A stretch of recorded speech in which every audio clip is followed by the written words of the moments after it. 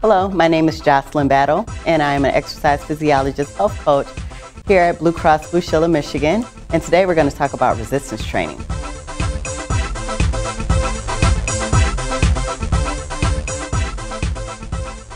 Many people come to me and they ask me, what are some good ways to tone up? And resistance is usually my answer. It's a really good thing to add to your workout program. And it's not something that you have to go to the gym to do. It's something that you can do at work, on your break. You can go and do it at home, and you can use a lot of different things for resistance training. You can use the weights at the gym. You can use your kids if you have kids. You can use household items, and you can also use your own body weight, which is a really great thing about it. As you resistance train, you're going to have so many benefits. You're going to strengthen your bones, you're going to strengthen your muscles, and you're going to increase your metabolism is what we want, because we want you to be able to maintain that weight loss once you do reach your goal. Well, how do you get started? First thing you want to do is talk to your doctor. You always want to make sure that you get that okay. Anytime you exercise, whether it's cardiovascular, flexibility, or resistance, there is that chance for injury, and you will definitely want to reduce that chance.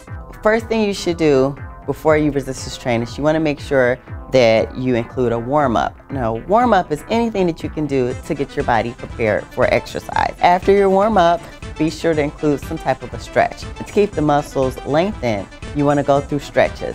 And that stretch should always be after your warm-up. So you never want to come in cold and stretch a cold muscle. You definitely want to warm up first, go into your stretching, and then go into your resistance training. If you're just beginning, I would suggest to start with 1 day of resistance training and build your way up to 4, making sure that you have at least 2 days of rest between each muscle group. Be sure to always start with your larger muscle groups, which require more energy, and follow up with your smaller muscle groups. Let's take a look at some sample resistance exercises that you could do around the house or even around your office. The first exercise we're going to start with is a basic squat. Your squats work every major muscle in your legs. When you go down, you want to make sure that your knees are in line with your ankle and that you can still see your toes. When you're coming up, make sure that you push through your heels and squeeze through your glutes. It's important to make sure that you're breathing too.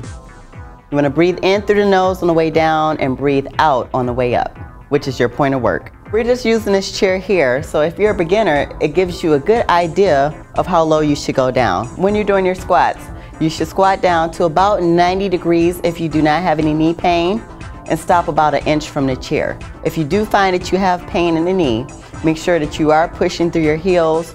Be sure to stay off of your toes, and if you still are experiencing pain, maybe cut that motion down so that you're not going down as low. Now we're going to do some tricep dips, which are for the back of your triceps. Now this is the advanced way of doing these that Melissa's doing. As you bring your feet in and bend your knees, they get a little bit easier. So if you are starting out, I would say bring your feet in, and as time goes on and you advance through your program a little bit more, then it's the time where you want to extend your legs out. Make sure when you go down, you're breathing in, and as you come up, breathe out, and make sure that you squeeze your tricep right in the back of your arm. Melissa is doing some bicep curls. Bicep curls, obviously, they work your biceps, which is an area that a lot of people like to tone up. And like I said, you don't have to go to the gym. She's using a couple of water bottles. And these are nice because you can actually fill them with things found right at home. You can fill them with rice, with beans. You can also put sand in them, dirt, or rocks. Make sure when you are doing your arm curls that your knees are slightly bent, your abs are contracted, your back is straight, shoulders are back, and that you're breathing in on the way down and out on the way up. Next, we're demonstrating some shoulder press, which work your deltoids, which has 3 heads. So we're gonna work all 3 heads of the deltoid.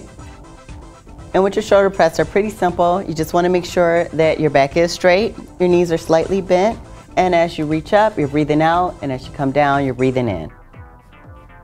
So we're gonna do one arm rows, work your back. You wanna make sure that your chest is up, your back is straight, and that you're squeezing your shoulder blade as you come up. Almost like starting a lawnmower. Now Melissa's using a bag. You can use a lot of different things. Like I said, you don't necessarily have to go to the gym. A bag, you can use a book bag, you can use a purse, anything that you can put things in there to make it a little bit heavier is good enough to do some resistance training. Or if you are at the gym or you have some hand weights, this is an excellent exercise to work your back. Next lower body exercise we are going to do are lunges. There are many variations to lunges, and you definitely want to make sure that you vary your program. But your back lunges are a great way to start out if you're just beginning.